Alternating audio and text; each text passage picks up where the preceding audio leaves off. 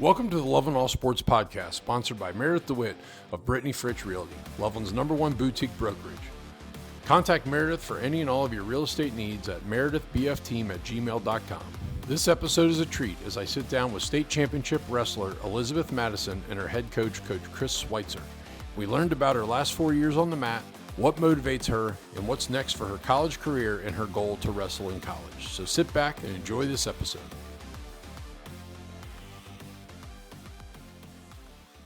Good afternoon, Loveland. We are sitting here at Loveland High School getting to know a very important student athlete and celebrate her high school wrestling career with Elizabeth Madison. Hello, Elizabeth. Hi. We also have Coach Chris Switzer here joining us. He's a repeat customer. So very excited for this episode. And for the third time in her career, Elizabeth is a state champion. She pinned her way to the top yet again this year, and now she has 3 titles in her high school career to go along with a finish as a state runner-up as well. This is a body of work that very few athletes statewide can match, and Elizabeth rides off into the sunset as one of the most decorated wrestlers in Loveland history. So welcome, Elizabeth. Appreciate you sitting down, talking a little bit, getting the community and the family to know a little bit more about you. Some things we'll talk about outside the mat, and then just have a lot of fun. So let's just dig right into the state results. So what was going through your mind in that final match at state? Don't step over and don't poke her on top of me. Okay. It was really also just like take your time with it, because I feel a big thing that I messed up on my junior year was I tried to rush into it and I panicked. Okay. So I just wanted to kind of change that up and then just take a step back and leave it all out there. Nice. That's good to hear. So at what moment the other day did you realize, hey, I'm going to win this thing? When I watched her semi-match. Okay. I had wrestled her one time before at a previous out-of-season tournament, and overall she had a pretty confident, cocky demeanor towards me as an opponent because I was smaller than her. But I could tell this time around when she watched my semi-match, because hers was over in like a minute or something. Okay. She shot on everybody else.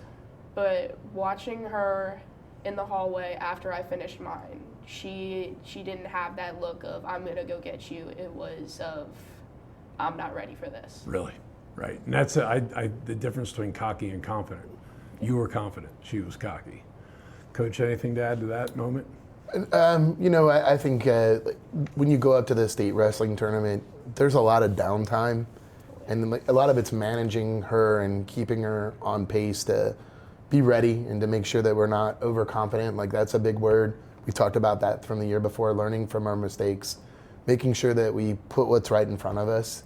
And I felt this year we did a lot of that. I mean, there's a lot of repetition. There's a lot of things to kind of distract her. Can't be focusing on wrestling for 3.5 days and thinking about what you're going to do. So that's a process, and I think we did a really good job this year of letting her, when it was time to go, she's ready to go. Right. So how did you prepare differently for the state meet compared to other matches?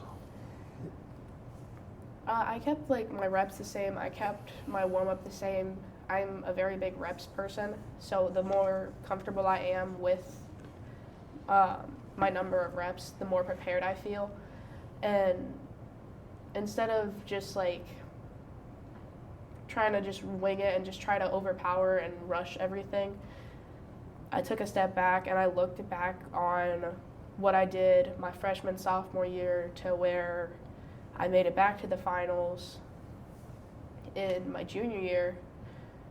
Like, my freshman year, I went in wanting to win, to prove that as a freshman I could do it, because there were so many people that were like juniors and seniors that were like, oh, that's a freshman, I'm just going to beat her because she's a freshman. Right. I had something to prove then. And then my sophomore year, again, I wanted to prove that I could be the one to do that as the underclassman. That, oh, she's an underclassman. She's coming in new. She's not going to be able to, beat me because I'm older and I'm stronger. And then my junior year, I kind of got a little over my head with it. Was like, oh, I already got this the past 2 years. I'm gonna do it again, whatever. And I completely didn't prepare for it. And looking back on it, I wanted to fix that and just kind of go in with my head in the right space of, I have to earn this before I can say I deserve it. Awesome. That's great to hear. So you kind of alluded to this, but let's talk a little bit about training and work ethic. What's the toughest part of wrestling that people don't see? Conditioning. Yeah. A lot of conditioning. Yeah. What's your what now you don't wrestle for coach anymore. Which part of conditioning did you absolutely hate? I would say on tape days with like the spin drills, like there's one where you have to get with a partner and you have to spin on your partner's back, and it's like 30-second, 40-second intervals for a whole song, and you have to keep switching direction, and you get super dizzy. You're already worn out because it's like in the middle of the practice, and it's tiring for both partners, and it's just not fun. Yeah, and this song is a song playing over the speaker, right? So you're hoping it's a 2.5 minute song, or is it a 5-6 minute song? It's roughly, I want to say 2.5 minutes. Yeah, right. Oh, that's great. In practice, who pushes you the hardest? Eric Earl. Yeah? Yeah. Why is that? I've wrestled with him since 7th grade. He's just a really hard worker, and he has no means of slow in his vocabulary. Yeah, I've seen that. He's a really hard worker, and like he's went through a bunch of injuries, and he never let that slow him down. Yeah. Well, what's great to hear is the first name that came out of your mouth was one of your co-players. It wasn't coach or an assistant coach. It was another kid. Yeah. And that's what he loves to hear, is that he's a player-led type program. I mean, and then I think that comes down to like a common theme. If you want to have success, I always preach this in our room, find somebody that's going to make you a better person, that's going to push you. And Eric is just a tremendously hard person, went through a lot of injuries, similar to what she went through. Yeah. And they were just great partners, and Eric does not let up.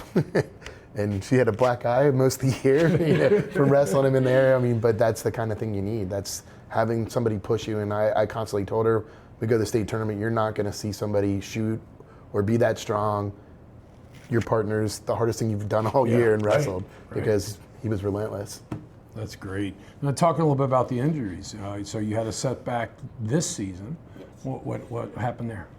I was out at a national duels tournament with Team Ohio, and I'd gone to that tournament the year before, and I wrestled both styles, and I did pretty well for myself, and I liked it. So I was like, hey, I'll go back again. On our third duel, it was our last one of the day. I went against a girl from Illinois who was surprisingly shorter than me. She tried to hit me in a head and arm into a Merkle, which is basically like she tried to throw me. And then when I tried to sit back, she had my arm posted between her body and my body. So when I tried to pull my elbow back, it got stuck into her belly. So my elbow got posted like straight out, and she rolled through my arm and didn't have it up. So my elbow went, but my hand didn't. Okay. So it like dislocated and then relocated. So I didn't break anything, but I tore everything. Yeah. Then how long was you had surgery? Yes. And then what was the rehab for that? How long was that? How long were you out? I didn't have the surgery until about a month after it happened, and then turnaround time, like, probably shouldn't have been, but I was wrestling on it like a month after with inbounds. But overall, I was back competition in like four and a half months, roughly. And then the year prior, we had an ACL injury. Yes. Right? And everybody knows what an ACL injury is. How long was that process? That was, I want to say, roughly 5 months. Wow, right that's about amazing. 4.5, 5 months. So you must have been diligent on your therapy and your rehab, because most people say it's a year, sometimes 9 months. You know, we hear about that. So if you're listening to this and you think about ACL injury and was second place in state, PCU injury and was first place in state, congratulations, that's awesome. So was there anything specific of how you overcame both of those? I would say pushing it, but still staying within limits. Okay. doing extra reps when, you feel like not doing it. When it hurts a little bit, keep pushing through that little bit of pain. See how far you can push it without pushing it past the limit. Well said. Awesome. So in wrestling, being as much of a mental sport as it is physical, how would you split those two apart? What do you think? Best way I can put it is like my freshman year leading up to state, I was worried that I was going to mess it up, I was going to lose, and then I started panicking, and I was trying to control everything outside of my control. And Switzer put it to me is control what you can control, and everything outside of that, you got to just kind of put it out of your mind for the time being. And I feel that was probably the biggest piece of advice that helped me get to where I was. Awesome. That's great. Coach, anything to add on that? The mental part, that's amazing to me because, obviously the goal is to win state, and there's a lot of pressure, and there's a lot of things that have to go right. Overcome injuries, get sick the week before we go into state, which she was not well. Yeah. Everyone was sick. Like everyone was sick there that week going through, and it's the mental aspect, and she manages it so well. I've never had somebody just to walk out there and can just be relaxed, but when it's time to go on the mat, there's like two versions. She's the nicest human being ever around, and when you go on the mat, she's a gamer, so she's done a really good job of managing that. That's awesome. So what do you tell yourself before you step onto the mat? Any superstitions or anything that you do that's a routine? I go through my warm-up and I'll listen to, like most people will listen to like rap or something that's going to be like blasting in their ears. I'm out here listening to musicals and like Disney, and I'm just like, Really? relax and have fun with it. Because if I'm not having fun with it, then I'm not wrestling at my best. Yeah. What's your go-to Disney pump-up jam? Recently, it was actually, like at state, it was One Last Time from Hamilton. Okay. I listened to that probably 5 or 6 times over before my warm-up. That's great. So at state, I understand there were maybe some different superstitions this year at state. What were those? So in years past, we went to, like my freshman year, we went to a movie, we went bowling, and I'm no good at bowling. You're no good at bowling? I'm no good at bowling at all. And then we went to just some kind of place to eat. Like one year we went to a Mexican restaurant, one year we went to this pizza place, and it was just nice. But every year for semis, we went to an Italian restaurant called Buca di Beppe. Mm-hmm. And we went there my freshman and sophomore year, and the one that was nearest to us, my junior year, closed. Oh, no. So we didn't go there my junior year. It's my fault. And what else was it? Because we didn't go there. We went to Carrabba's. Carrabba's. Yeah. We went to Carrabba's, which It was Italian, right? Right. But it wasn't the same. Right. It was. That, and I think it was, I also looked at my singlet and got my singlet ahead of time instead of like right before when everything was kind of going down, like that being like the last surprise before it happens. I got my singlet like at weigh-ins Okay. instead of like after the first day of wrestling or like finals night. I think that also had something to do with it. But Right. we went back to Buca di Beppe this year because we found a location that was like 15 minutes in downtown. I had to go downtown. Up in Columbus, yeah. Columbus, So okay, we stay up in like Worthington area, Right. and it was nice to be a little away from the distance from the arena, where it's not as crowded. Right. Everything downtown. So I too am superstitious, and like I didn't wear my suit jacket her junior year, so I made sure I had my suit jacket. You did freshman and sophomore? All freshman, sophomore. Didn't wear it last year. Wore like a vest, and so I like on my end I did that. And so my wife and I like decided we have to find a Buca di Beppe. I don't care if we have to drive 2 hours, Right, like we're gonna right. make it. So we made a reservation downtown, down by the arena district, and so I feel like those little things, although they may not be that, like, didn't change the thing, it's just that routine, you know, Right.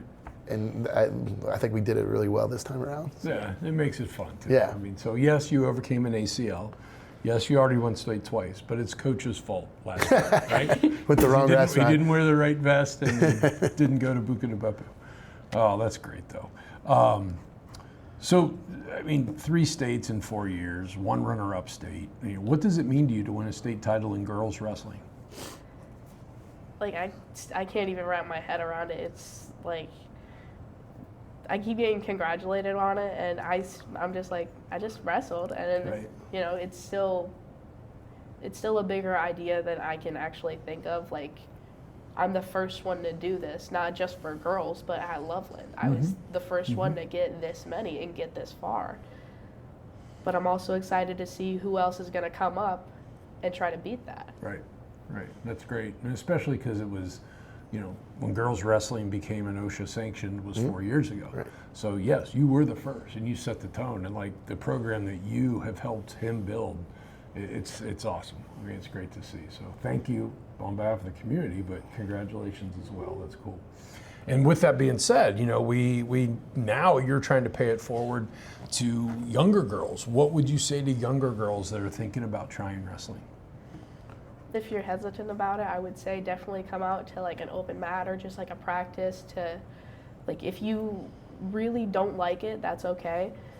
But coming out to one practice, like we had an open mat for girls specifically this past year, and we had a couple girls come out and they said they actually really enjoyed it. So I would say definitely try it and just see if you like it. And even if somebody tells you no, that's for boys, Right. or you know, ew, that's weird. You probably gross because you wrestle, you know, with all the skin funk and stigma around it. Yeah. Like, just don't listen to that. Right, it's everywhere. I mean, you think about the where things have changed. I mean, I'm 54 years old, and I remember my mom telling me when she played high school basketball in gym class, they couldn't dribble. They had to pass and then pass and then pass and then pass. And then how many years later, her granddaughter's out here on Loveland's court playing basketball at a competitive level.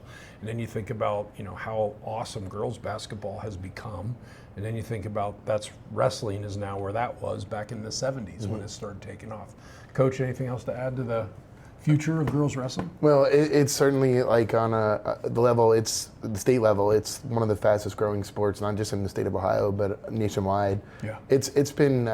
I've tried to get more girls to come out and try to do some different things, but again, they have to understand like what it's about. People have a version of like what they think wrestling is, or think it's the stuff they see on TV versus what we actually do. You know. Right.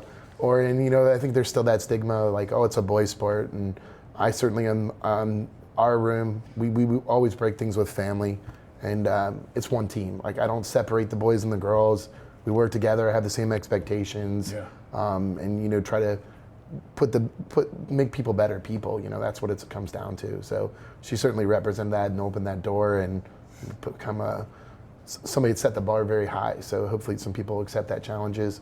And we continue to grow the sport here. Awesome. All right, so we'll close up here in a few minutes, but enough about all the serious stuff. I've got 7, 8, 10 random questions I'm going to ask you. Just how it comes right off your tip of your tongue. You're entering what's now called Josh's smoking seat. So you thought state championship was pressure. This is pressure. All right. Skyline or Gold Star? Skyline. Why? I've had Skyline a lot more than I've had Gold Star, and I honestly just like their chili dogs better. Okay, good answer. LeBron or Jordan? I gotta say LeBron. Okay. Is a hot dog a sandwich? No. No.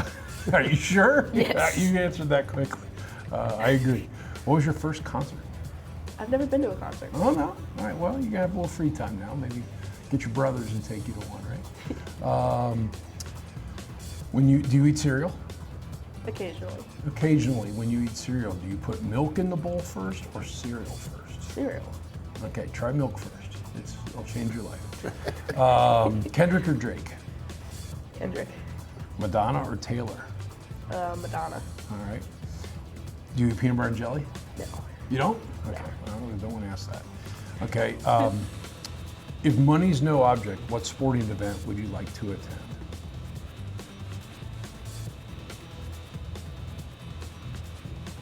Probably the World Cup. Yeah, soccer. Just want to get the community a chance to know you a little bit better, right? So talking about the World Cup, like if you weren't wrestling, what sport would you be playing? I'd probably still be playing soccer. Okay, so yeah, so did you grow up playing soccer, I I assume? did. And then when did you specialize into just wrestling? My junior year when I tore my ACL at soccer tryouts. That's when you did that? Yeah. Did not know that. Then that's when soccer was over. Yeah. Did not that know suggestion. that. Yeah. And then did you do anything else when you were like little girl? Basketball, anything? Probably did all that stuff, right? Yeah, I was trying out different things. I did pee-wee basketball, I did gymnastics, I did cheerleading, and I even tried out for show choir at one point. Yeah, right. Well, I'm sure you'd be successful at whatever you did. That's great. Okay, another fun question. What's your favorite post-match meal after a big win? Definitely either Quaker steak, like their mac and cheeseburger with fried pickles, or Awesome. just any type of pasta. Okay.